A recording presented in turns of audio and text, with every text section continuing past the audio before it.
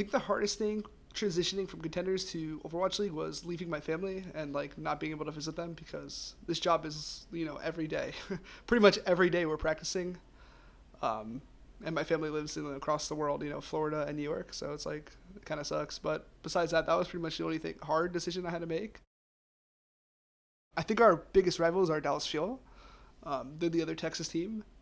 Individually, I think my one of my rivals, I don't really consider him a rival, but the person I looked up to the most was Chips. And I wanted, before I was a pro level player, I wanted to become, as good as Chips because I was so impressed by his Mercy and Mercy meta, and he was like such a smart player. And he just was so smart, like every hero, Zenyatta, Anna, and Mercy. I just wanted to be as good as him. And I feel like that's a player I always looked up to. So every time I play against him now, I always want to beat him. And I feel like it's funny because they're also our rival with, Outlaws and Fuel because they're Texas-based teams. And I played against them on so many stages, MLG Vegas dating back to last year and Contenders, a couple months ago. I've always lost to them, and getting this, 4-0 victory is a really good feeling for me because they 4-0'd me twice. So I think the good thing about my hero pool is that I'm a flex support for every team I've ever played for, but I play a lot of DPS in ranked, and I've achieved like top 5 in rankings just by playing DPS. I originally started out as a Widow main, so that's a big reason like why I could play so many DPS. In scrims, we practice a lot with me on like other stuff. I'm not gonna say which, but I'm definitely flexing off of flex support into these other roles, and I'm comfortable with them. That's the big key because there's a lot of other flex supports that are not comfortable playing these roles, but I encourage it. Like I want to play it.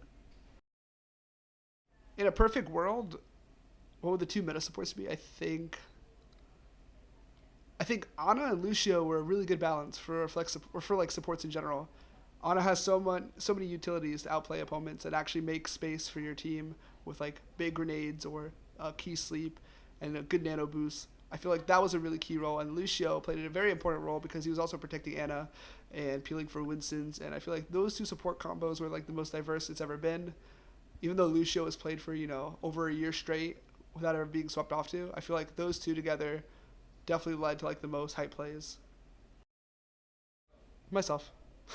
No, probably JJoNak. JJoNak's like on another level. Like his aim is so good that it makes him like legitimately a DPS player. That's how he plays, and they pocket him and they play around him because he has such good aim. He can make so many plays by like getting Winston to 20% life before the fight starts, or killing a diva mech by himself, and they play around him and utilize him so well. I definitely think he's the best Zen. I think the smartest Zen.